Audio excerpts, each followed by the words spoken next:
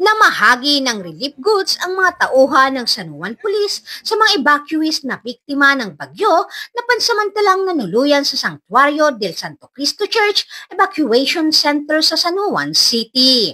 Pinangunahan ito ni Police Colonel Anthony C. Gantang, Chief of Police ng San Juan City Police Station, katuwang ang mga tauhan ng SCADS at mga personal mula sa NAPNCOs at Sector 3.